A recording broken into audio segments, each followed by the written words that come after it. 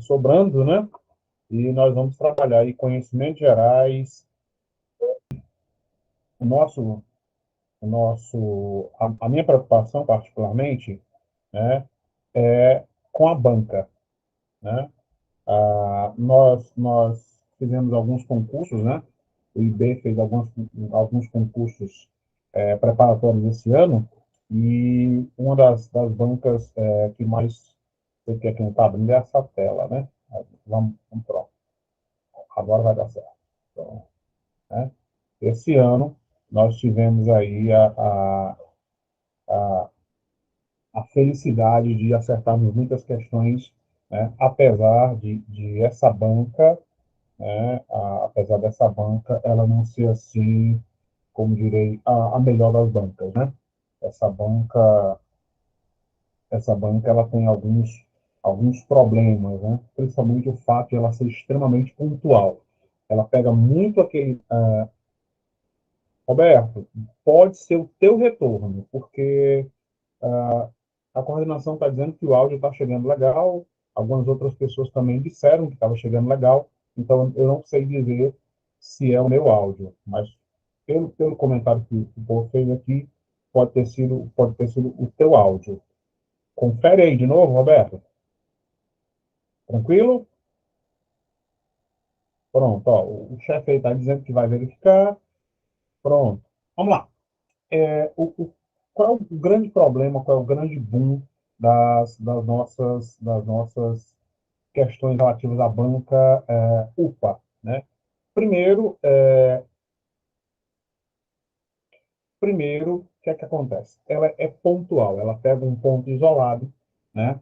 E pega um ponto muito frequente da prova. Então, no material que você recebeu, né? O grupo mandou aí, a coordenação do IB mandou uma apostila inteira para vocês. Inteira. A apostila tem, acho que 40 e poucas páginas. A gente vai já abrir essa apostila aqui, e aí você vai ver que na apostila, que nós enviamos para vocês em PDF, né? Aí tem tempo para você dar uma olhada, não é tão longa, tem uma quantidade considerável de questões, né? Haverá tempo suficiente para você dar uma olhada no material. Mas pelo perfil que a UPA traçou, né, ela colocou ao longo de 3 provas esse ano Iguatu, Abaiara, né, ela fez essas 2 provas, nós temos para a terceira, que é o município de Granja, e ela cobrou as questões dentro de um perfil muito parecido, né? Cobrou aí guerra da Ucrânia, um assunto relativamente recente, um texto muito longo para uma questão relativamente simples. Cobrou aí Semana de Arte Moderna, de 1922, né? Então, essa banca, ela gosta de cobrar, comumente ela cobra as chamadas efemérides, né?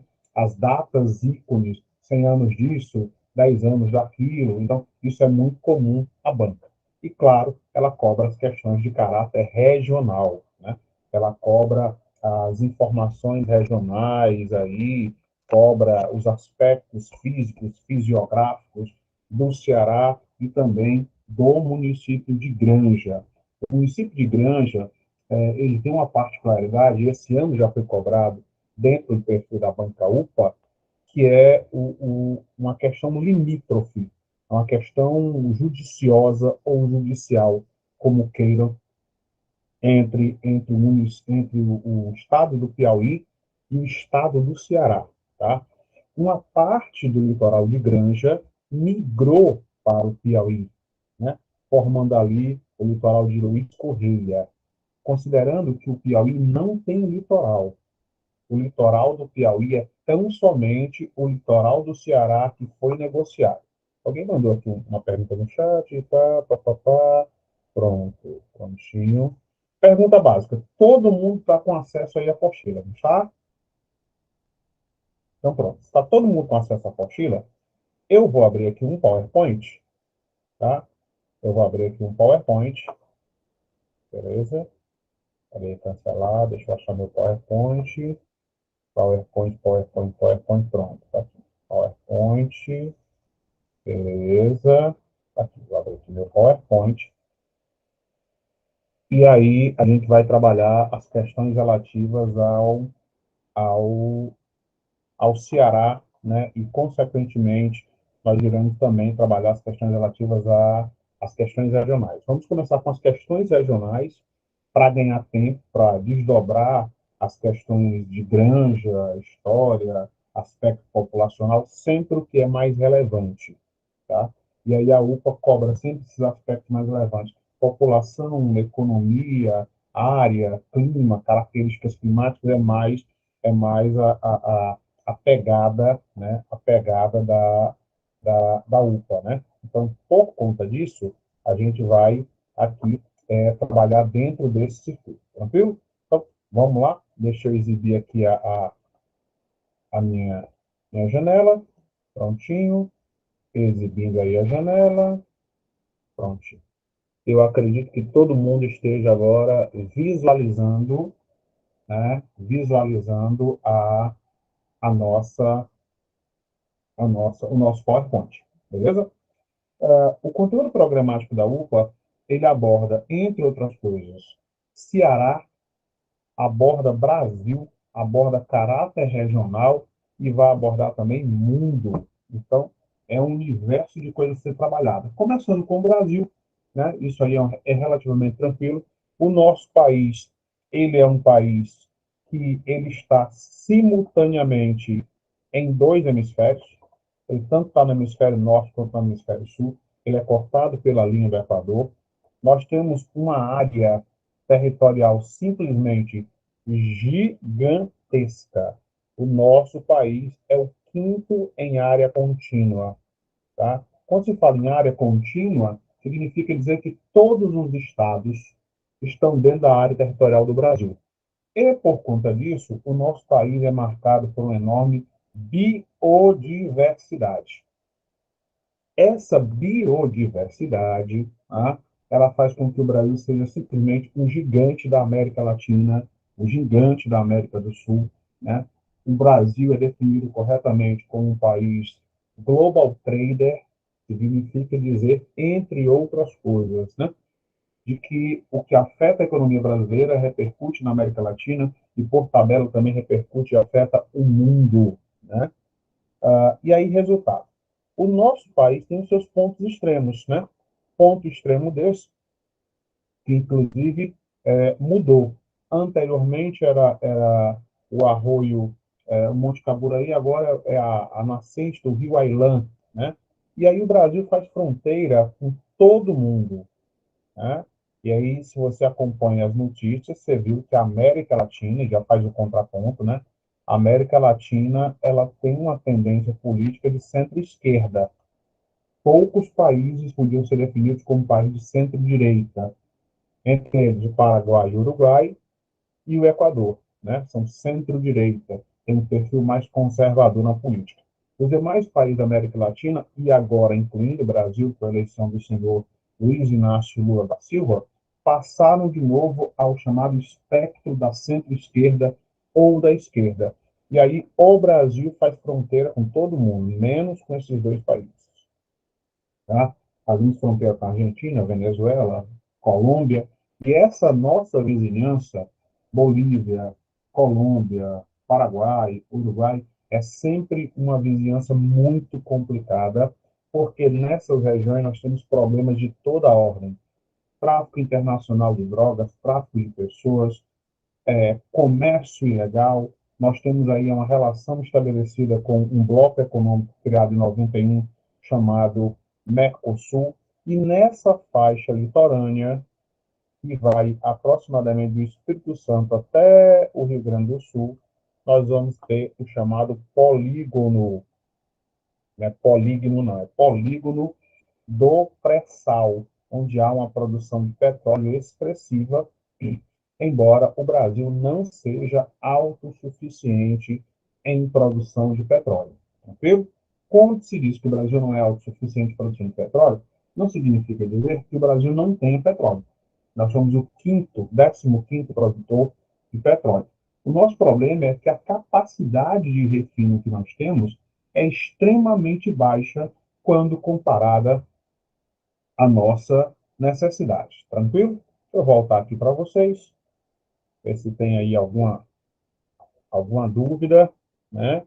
Prontinho, voltando aqui. Até aqui está tudo na paz, o áudio está chegando aí direitinho, nenhum problema, podemos manter esse ritmo, esticar o ritmo, porque o assunto é válido. Tudo beleza? Então pronto, tá tudo beleza, bora lá. Pau na máquina, o tempo urge. E é muito assunto, né? E aí na prova, no domingo, vocês vão lá arrebentar e vai dar tudo certo, né? Prontinho. Ó, continuando de onde nós havíamos parado, né? A posição geográfica do Brasil, originalmente, né?